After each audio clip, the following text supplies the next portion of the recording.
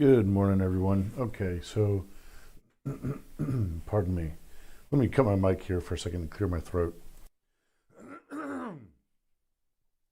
Pardon me. Okay. So, I'm going to call it a day here. I have $489 in earnings I made today trading. I trimmed down. I used today's run up in the market to trim down on some positions. So the trades that I made were on MP, options on the SPY, and then down here on MNOV. And then there's some other positions that I had in my portfolio that I trimmed today, which is all the other stuff that you see there. It looked like a good opportunity today to take some profits and limit some losses. There you can see. So let's go over what I'd gone over this morning. MNOV, I had a level at $9.50 roughly. I got into, I forgot how many shares here. Let's see, let's take a look.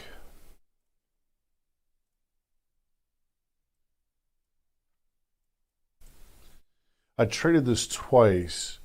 Once in the morning, I think I got into 500 shares in the morning, and I took very little, 500 shares right here in the morning, and I took $31.95, or altogether it was $40 in profit on that share. Oh no, I'm sorry, that was off of corn there. Sorry.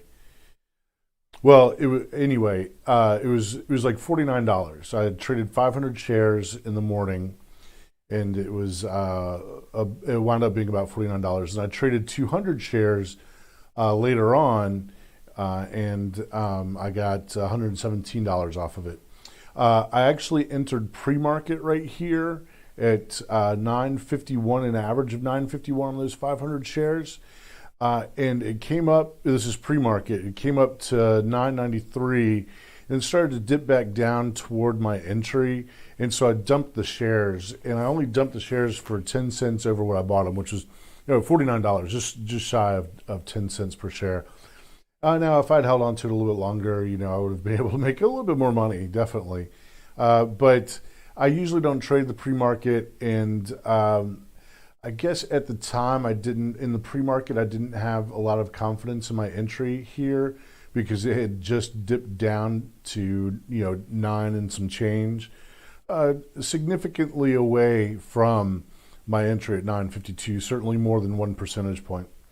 So then when it started trading in regular hours, and I saw it here on the 1 minute, in the first 2 minutes, it dipped down below my entry and started to move up above it again. And I started getting into shares again. I don't remember the price that I got into it, but it was close to 9.50. And I got on that one, I got about, about 59 cents per share on 200 shares. I only took 200 shares on that trade.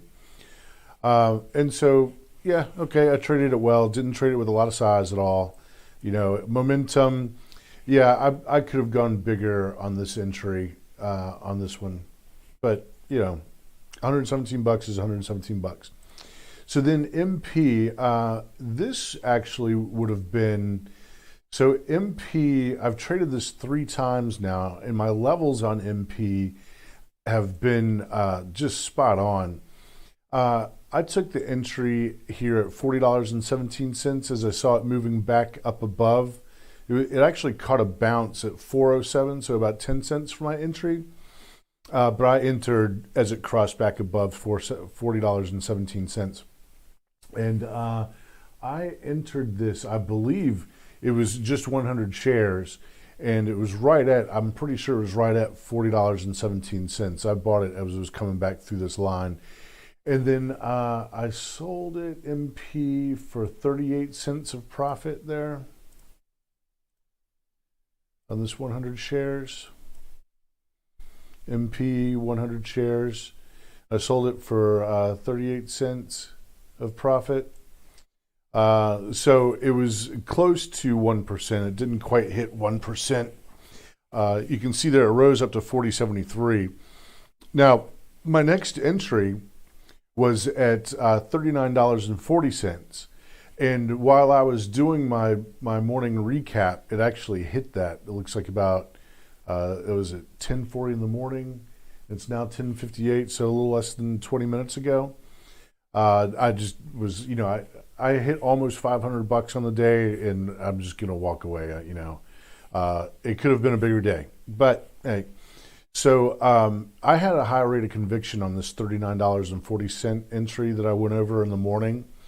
And I want to take a look at this on the 1 second chart. Let's pull that down to 1 second and then go back to look at that $39.40 entry.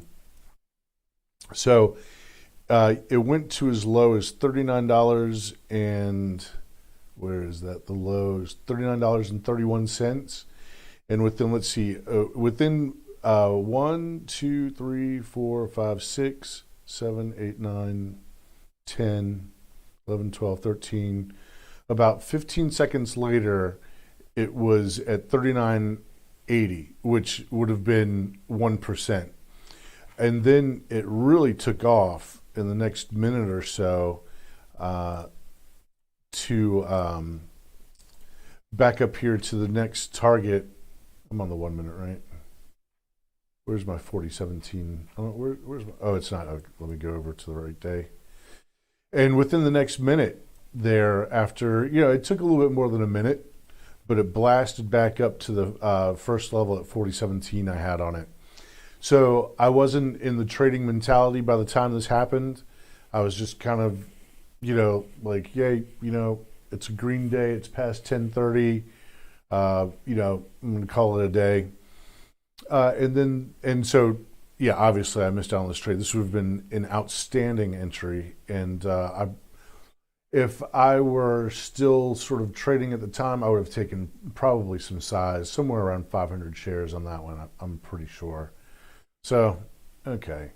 And the next thing that I traded was the SPY. Now I'm a subscriber to HedgeEye, and they have a risk range product that they put out. And on the SPY, let me bring the SPY or the actual S&P in. You can see why I took the trade on the SPY. Let me get rid of these. These are levels I was watching for. If it broke below, I would start looking for an exit in there. So let's see. Let's get rid of that. Let's get rid of that. So I only averaged into 3 options contracts on the SPY. Now, HedgeEye had a level of 39.19 on the S&P, which would roughly translate to 392, roughly 392 on the SPY. So the SPY was headed up to 391. It almost hit 391. And I started averaging into right at the top here. It was really nice. I started averaging in thinking that it would go to 392. I was like, okay, well, I'll probably average into 10 contracts, and I'll get started here beneath 390, and then I'll, at 391.9 is where I'll put my 10th options contract for a move down. And I was in strikes at 390. So my strike was 390. And so I got into 3 contracts here as it went to 390. And I liked the way that it was spiking up and then falling back. It was hitting resistance here in this range right up here. And so, right here, and then it hit a quick down, real quick, 35, real quick 40-cent drop there it took at after it hit this 390, almost 391. So 391 was kind of like, it wasn't going to get to 390, and especially here, after it made these spiky tops right here, I think this is where I added 2 more. And I rode this almost, I think, really close to the bottom here. I had a level marked off, and I've forgotten where it is now. For this, roughly this spot right here is where I took profits. And so that was the most profitable single trade that I took today, was on the SPY options. You can see there on 3 contracts, the SPY options at 390. I made 280, almost $1 per contract there. So that's pretty much the day. Now MP is making its move, and it's really nice, but I missed out on, this is my entry. And so playing this, there's no plan, there's no strategy there for me. Do I think MP is on its way up? Well, what I think doesn't matter, when it comes to trading. Now, I might want to invest in MP, but it's going to depend on what the broader market does here. It's looking pretty frothy. If you look at the daily here, and you see a lot of these candles, there are a few down days and a few up days that are kind of big candles, but right in here, right in this section right here, you get that's frothy. That the day starts and ends close to the bottoms and the tops, and that's what I call frothy.